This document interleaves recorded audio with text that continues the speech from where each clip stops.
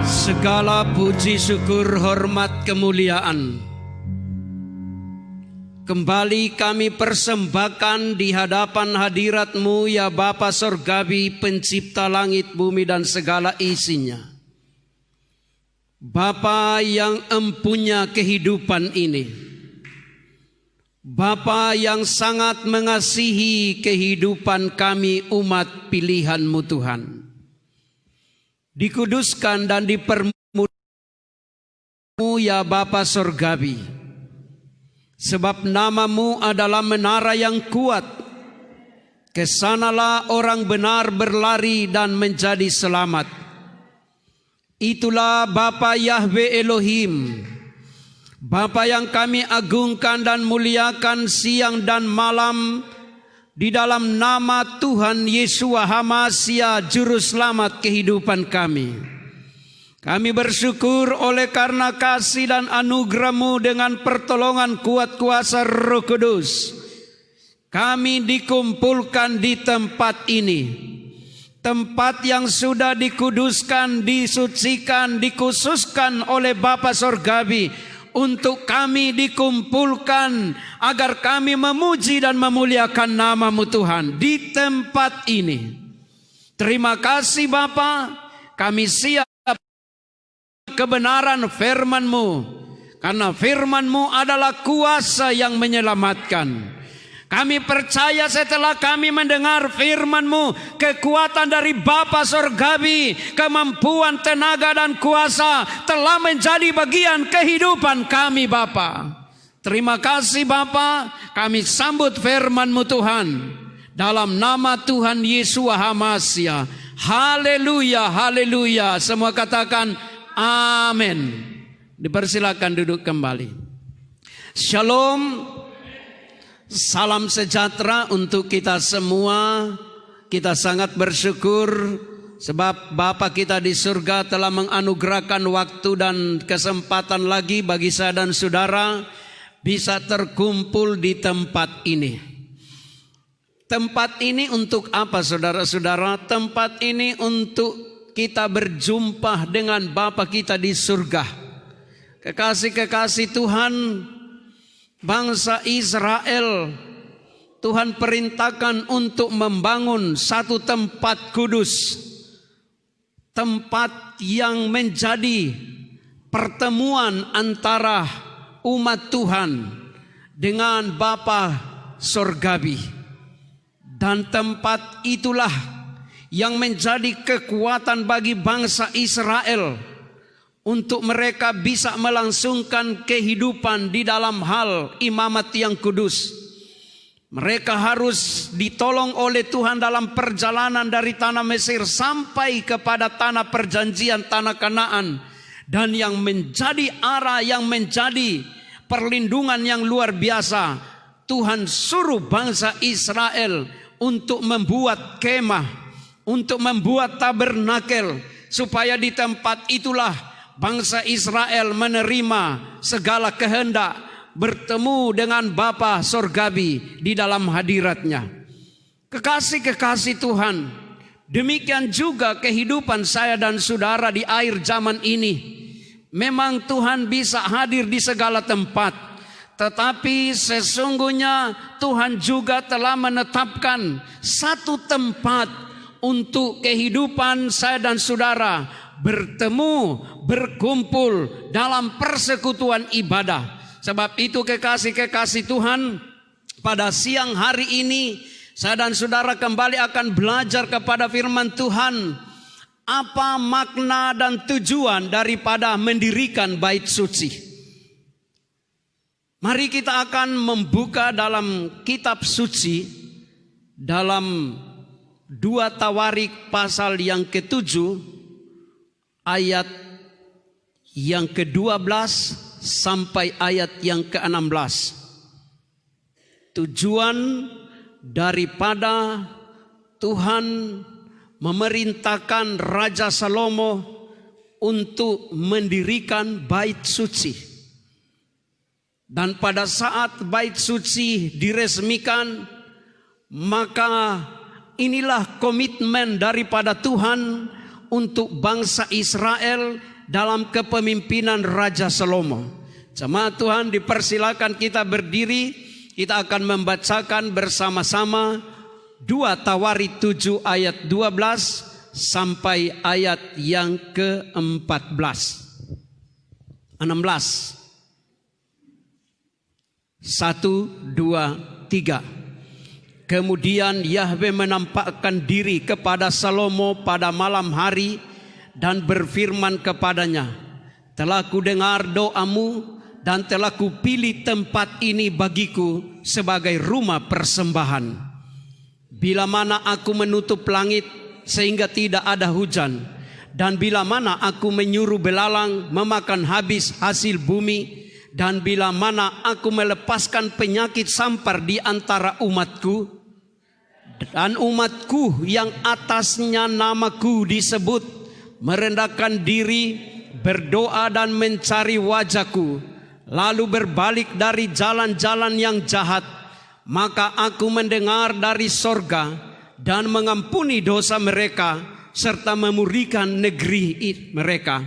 Sekarang mataku terbuka dan telingaku menaruh perhatian kepada doa dari tempat ini.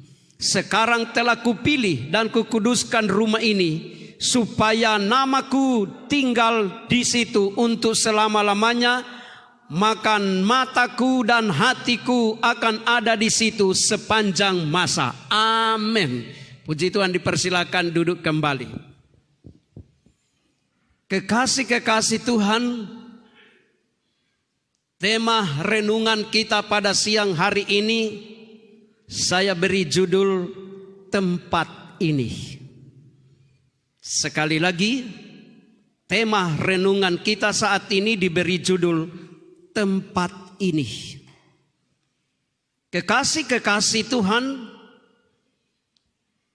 Bapa Yahweh setelah menetapkan Raja Salomo untuk memimpin bangsa Israel dalam situasi tidak berperang, dalam situasi damai-damai, maka Bapa Surgawi mengizinkan Raja Salomo untuk membangun bait suci,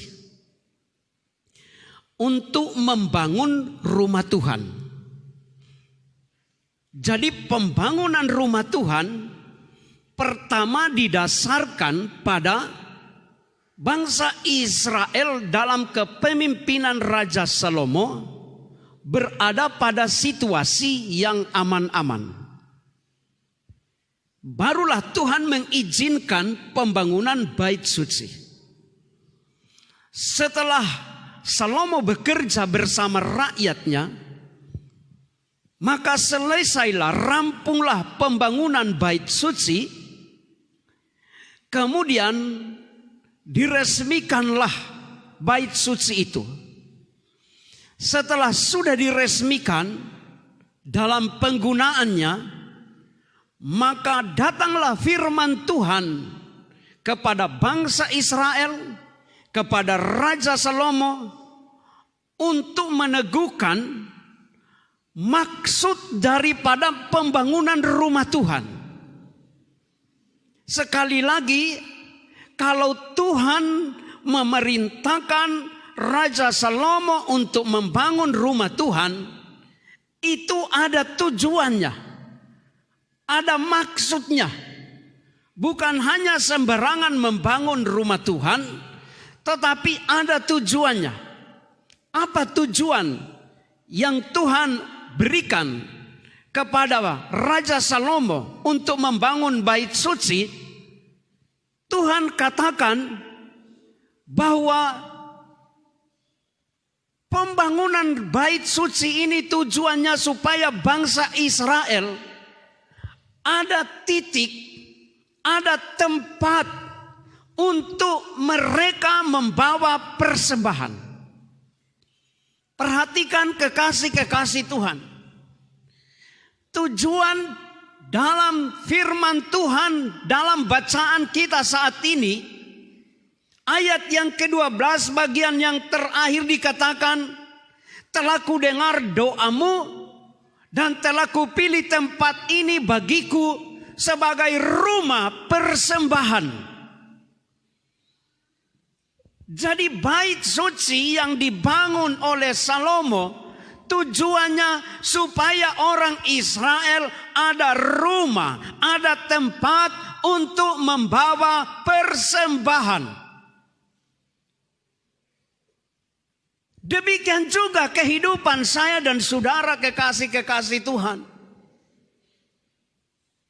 Tuhan menghendaki kehidupan kita kalau membawa persembahan kepada Tuhan, bawalah persembahan kita di rumah Tuhan. Ini penggarisan daripada firman Tuhan. Ingat, persembahan kita ada persembahan secara jasmani dan persembahan secara rohani. Persembahan secara jasmani itu berbicara tentang hak kepemilikan kita. Firman Tuhan katakan dalam hal persembahan perpuluhan dikatakan, bawalah persembahan perpuluhan di perbendaharaan rumah Tuhan. Di perbendaharaan rumah Tuhan. Bukan di perbendaharaan rumah pribadi, tetapi di perbendaharaan rumah Tuhan. Jadi kepada jemaat Tuhan, saya dan saudara, kalau bawa persembahan, letakkanlah persembahanmu di rumah Tuhan. Karena memang tempat ini, gedung ini, firman Tuhan katakan dijadikan tempat supaya ada rumah persembahan. Amin, saudara-saudara. Bisa saja orang katakan, wah saya punya persembahan kan juga diberikan ke tempat-tempat yang lain. Saudara-saudara, kalau kita belajar kepada firman Tuhan, Tuhan meluaskan, Tuhan mengizinkan saya dan saudara bisa membangun rumah Tuhan. Tujuannya supaya ada rumah persembahan. Ada tempat bagi saya dan saudara meletakkan persembahan. Ada tempat bagi saya dan saudara mempermuliakan Tuhan di rumah Tuhan. Berbahagialah jemaat Tuhan yang bisa memahami akan kebenaran firman Tuhan ini. Jadi pertama tujuan untuk dibangunnya tempat rumah Tuhan, dibangunnya bait suci, maka di sanalah Tuhan katakan supaya bangsa Israel ada rumah persembahan. Supaya saya dan saudara ada rumah persembahan. Berbahagialah kehidupan kita apabila Tuhan sudah izinkan saya dan saudara memiliki tempat ibadah seperti saat ini. Karena inilah tempat kita meletakkan, mempersembahkan persembahan kepada Bapa Yahweh Elohim.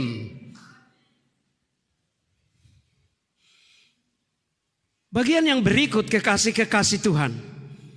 Mari kita lihat dalam ayat yang ke-13.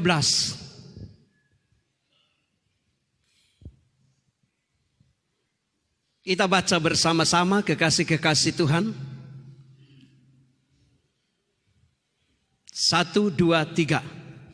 Bila mana aku menutup langit sehingga tidak ada hujan, dan bila mana aku menyuruh belalang memakan habis hasil bumi, dan bila mana aku melepaskan penyakit sampar di antara umatku.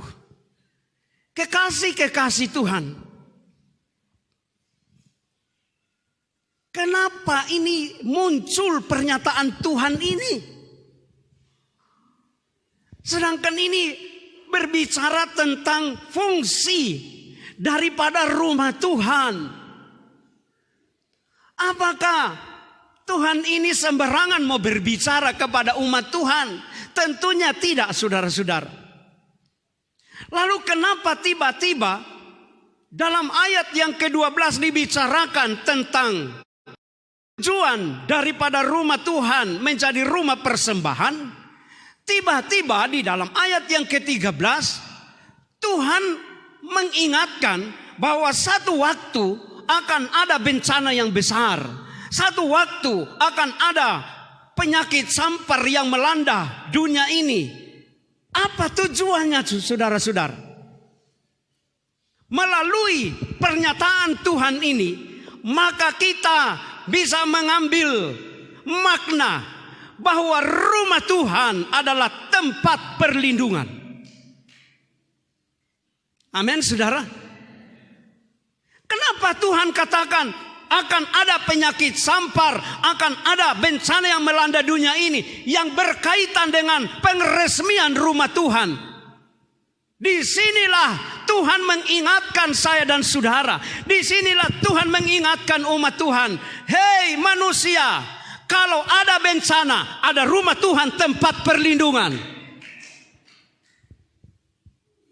Ada rumah Tuhan tempat kita mengadu, meminta pertolongan daripada Tuhan. Jangan remehkan akan keberadaan rumah Tuhan. Apalagi ditutup berbulan-bulan. Sedangkan Tuhan katakan pada saat dunia, pada saat manusia dengan Tuhan. Tapi dunia membalikkan keadaan ini. Dunia menjadikan rumah Tuhan sepi berbulan-bulan. Padahal pada saat menghadapi penyakit sampar, penyakit menular, Tuhan katakan ada rumah Tuhan, tempat untuk kita meminta perlindungan daripada Tuhan. Mari kita lihat ayat yang ke-14. Kita bacakan bersama-sama.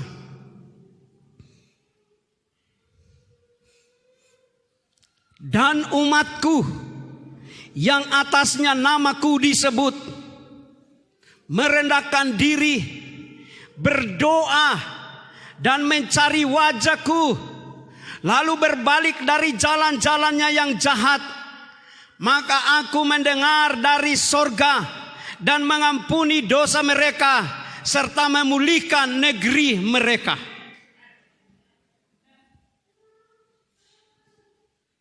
Umat Tuhan yang atasnya nama Tuhan disebut. Perhatikan kekasih-kekasih Tuhan. Umat Tuhan dan di dalam kehidupan umat Tuhan ada nama Tuhan yang disebut.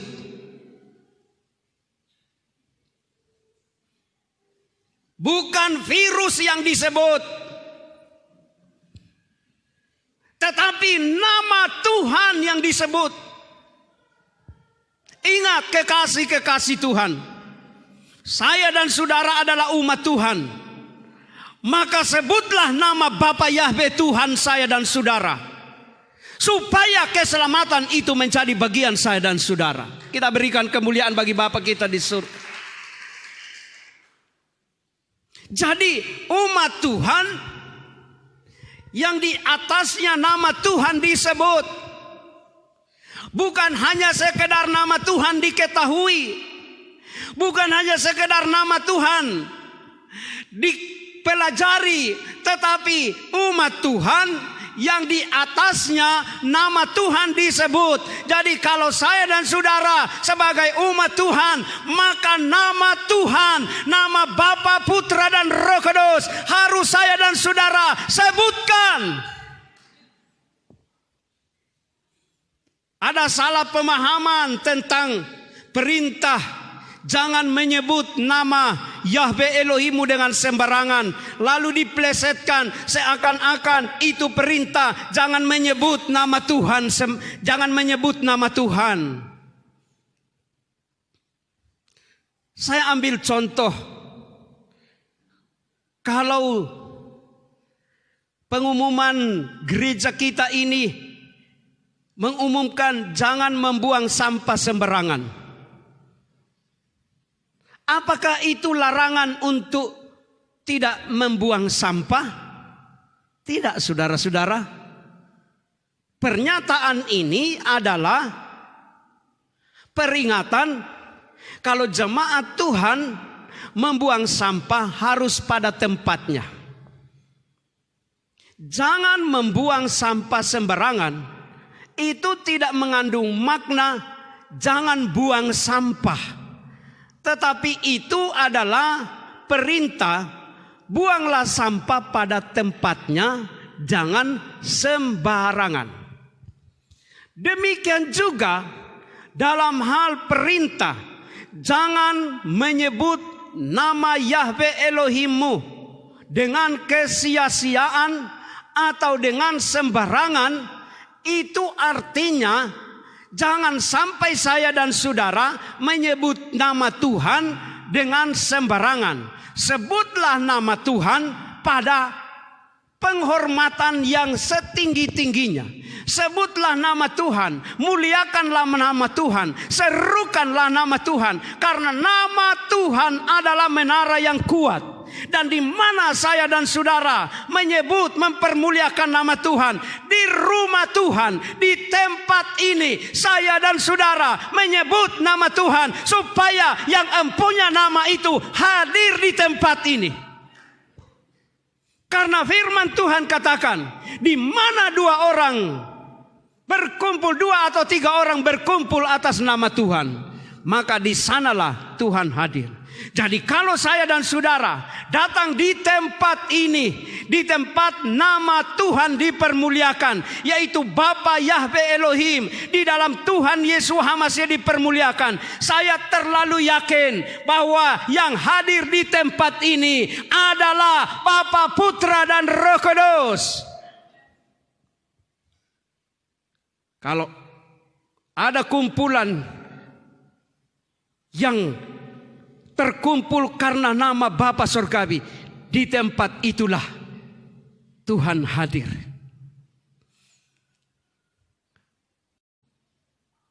Maka Tuhan peringatkan satu waktu akan datang masa kesukaran, akan datang masa yang sangat menyusahkan, dan tempat menjadi pelarian keselamatan bagi bangsa Israel adalah rumah Tuhan. Kita baca ayat yang ke-15.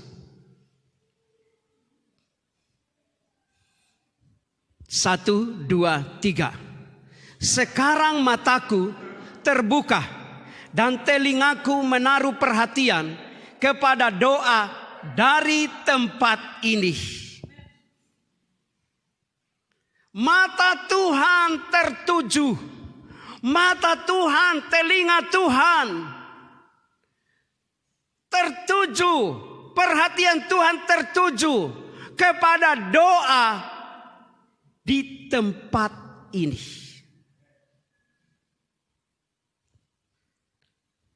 Tuhan memperhatikan saya dan saudara dalam persekutuan ibadah saat ini. Amin. Sebab itu jangan takut saat ini berkumpul di rumah Tuhan. Sekali lagi saya ingatkan, jangan takut kita berkumpul di rumah Tuhan. Jangan dibiarkan rumah Tuhan kosong. Jangan dibiarkan rumah Tuhan ditutup. Nanti yang masuk adalah seriti dan walet, saudara-saudara. Kalau berbulan-bulan tidak digunakan.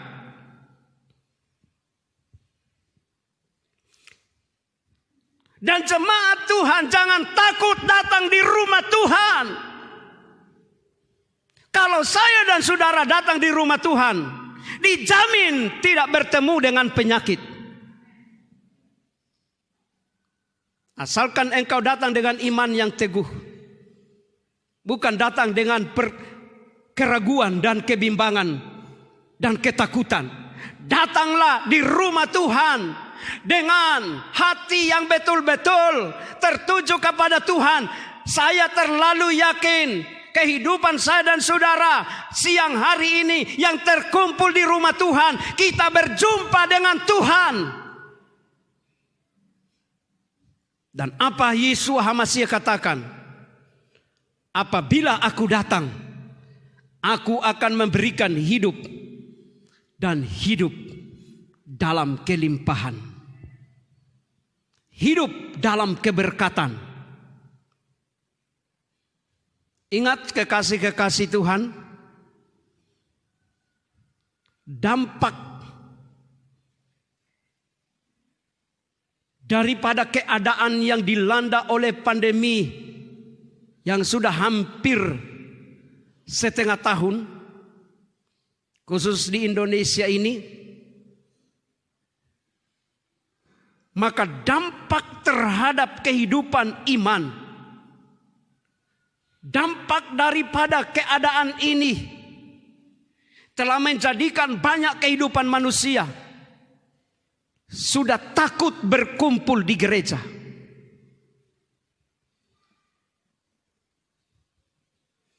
Karena situasi yang melanda dunia ini menjadikan umat manusia harus berjaga-jaga, menghindari perkumpulan-perkumpulan di tempat orang banyak, maka secara otomatis termasuk berkumpul di gereja sudah dihindari.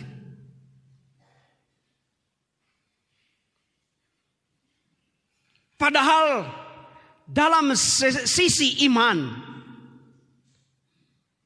Tuhan katakan rumah Tuhan tempat berkumpulnya, tempat bersekutu jemaat Tuhan dengan Tuhan. Tetapi sekarang telah tertanam di dalam pikiran dan hati umat manusia bahwa di tempat perkumpulan manusia itu ada virus. Termasuk berkumpul di rumah Tuhan. Tapi pilihan ada di tangan masing-masing. Kalau saya dan saudara yakin berkumpul di tempat ini, berkumpul di rumah Tuhan, kita berjumpa dengan kuasa Tuhan, maka kita yakin kita bukan berjumpa dengan sakit penyakit. Karena firman Tuhan katakan, di tempat ini doa kita didengar. Di tempat ini persembahan kita diterima oleh Tuhan. Di tempat ini saya dan saudara dikuatkan. Di tempat ini roti, makanan, air, minuman diberkati. Dan di tempat ini dijauhkan dari segala sakit penyakit. Berikan kemuliaan bagi Bapa kita di surga. Pilihan ada di tangan kehidupan manusia. Mau berharap kepada Tuhan, mau pegang firman Tuhan, atau mau pegang apa kata manusia. Tapi saya mau katakan, apapun resikonya, pegang firman Tuhan. Tuhan katakan, firman Tuhan katakan, lebih baik jatuh di tangan Tuhan daripada jatuh di tangan manusia. Amin, saudara. Mari kita melihat makna yang luar biasa yang Tuhan berikan bagi saya dan saudara dalam hal persekutuan umat Tuhan di rumah Tuhan.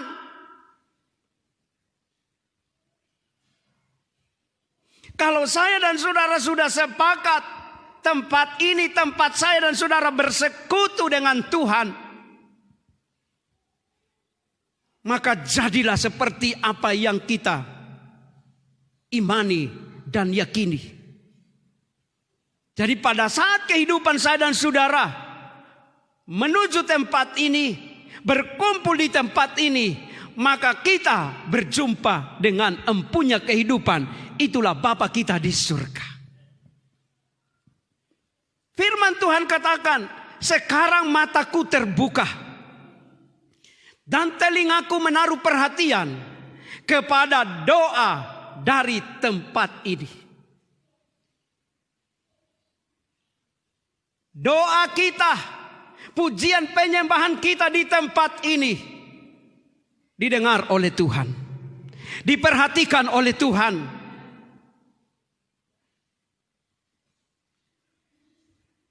Inilah janji Tuhan. Kenapa Tuhan meluaskan umat manusia, orang percaya, orang Kristen, membangun gereja-gereja, gedung-gedung gereja, ribuan gedung gereja terbangun? Kenapa Tuhan izinkan? Karena di sanalah kita berjumpa dengan hadirat Tuhan.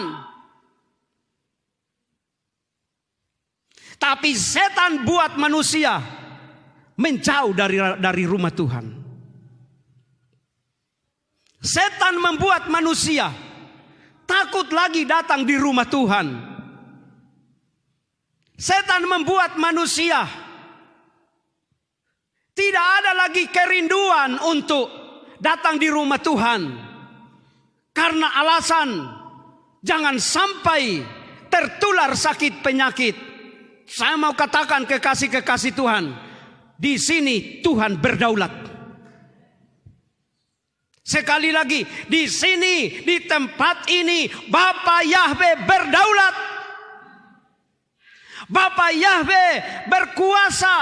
Bapa Yahweh di dalam Tuhan Yesus HaMasiah dan oleh pekerjaan Roh Kudus berdaulat di tempat ini, sehingga yang sakit disembuhkan, yang lemah menjadi kuat, yang berbeban berat Tuhan berikan kelegaan, karena di rumah Tuhan ada kuasa Tuhan. Dan berbahagialah saya dan saudara datang dalam hadirat Tuhan.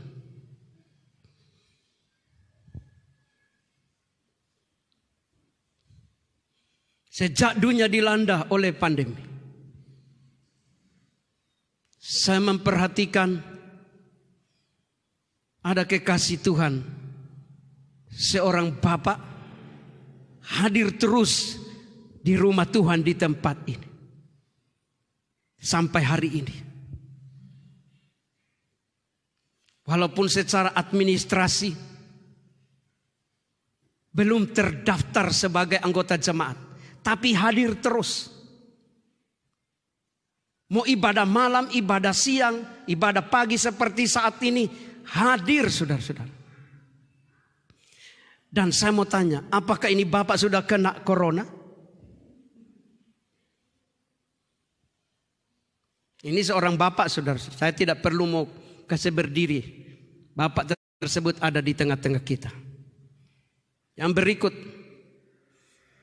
sejak dunia dilanda pandemi, ada seorang bayi hadir terus di tempat ini. Tiap hari Minggu dari pagi sampai malam. Bayi daripada hamba Tuhan Pak Stephen dan Ibu Olga. Tapi apakah bayi ini sudah kena dengan corona? Ini kesaksian.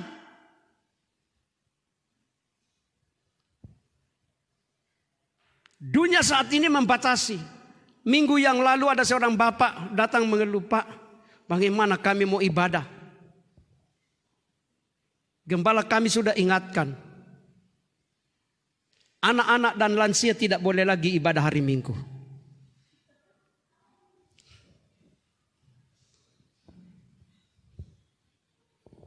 Saya mau katakan, memang sekarang dibutuhkan prinsip iman.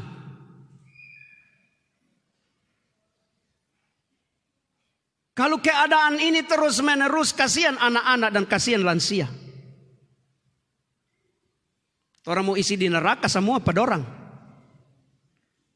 Cukup masuk saja sorga kita-kita yang kuat-kuat ini.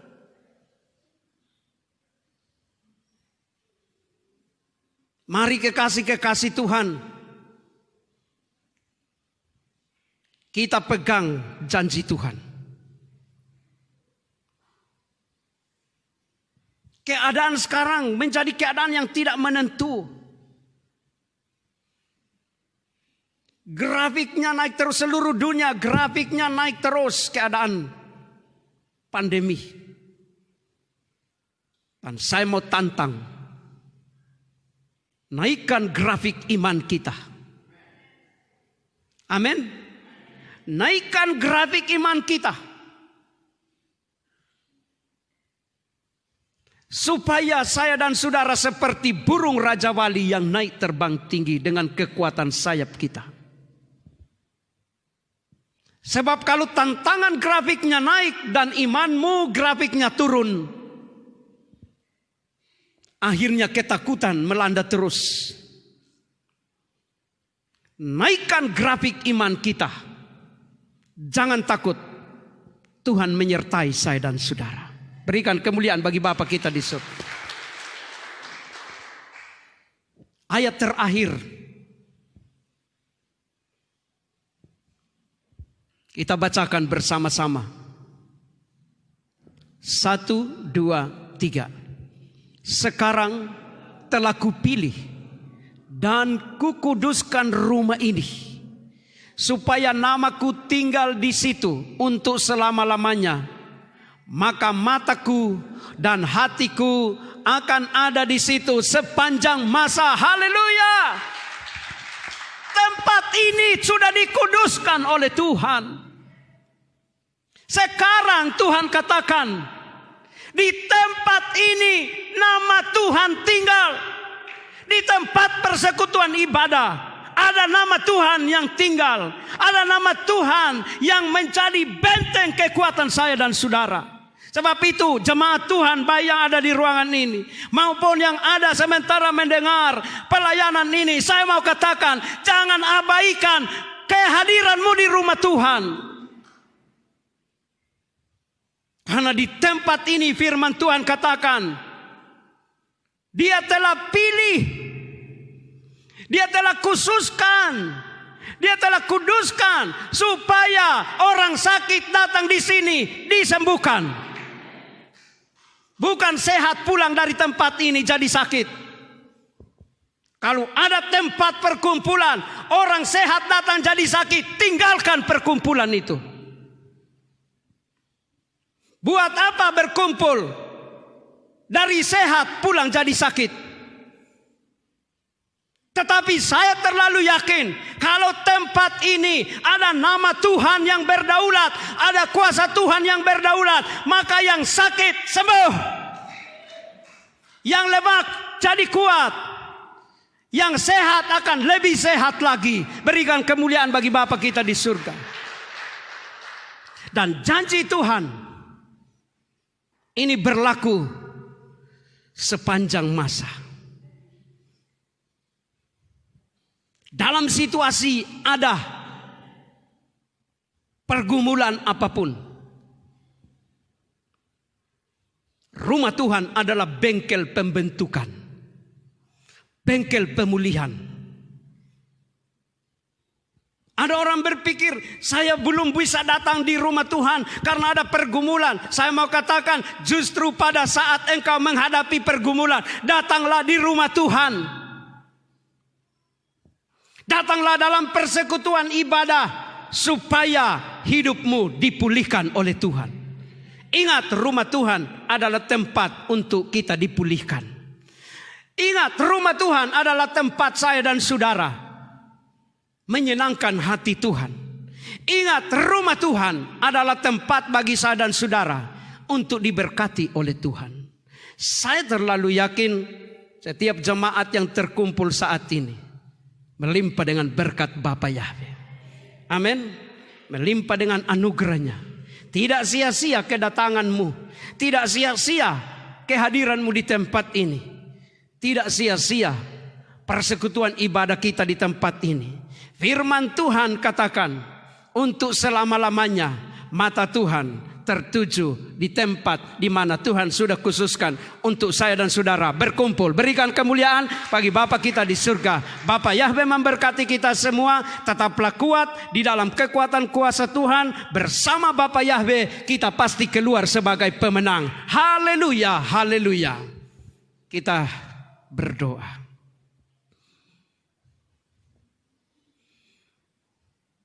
Di tempat ini Tuhan, doa kami didengar oleh Tuhan. Di tempat ini namamu dipermuliakan. Di tempat ini ada kuasa-Mu Tuhan melingkupi kehidupan kami. Dan di tempat ini kami diberkati oleh Tuhan. Terpuji-puji namamu. Kami bersyukur untuk segala kebaikan-Mu Tuhan. Haleluya, haleluya. Meteraikan firman-Mu Tuhan di dalam setiap kehidupan kami.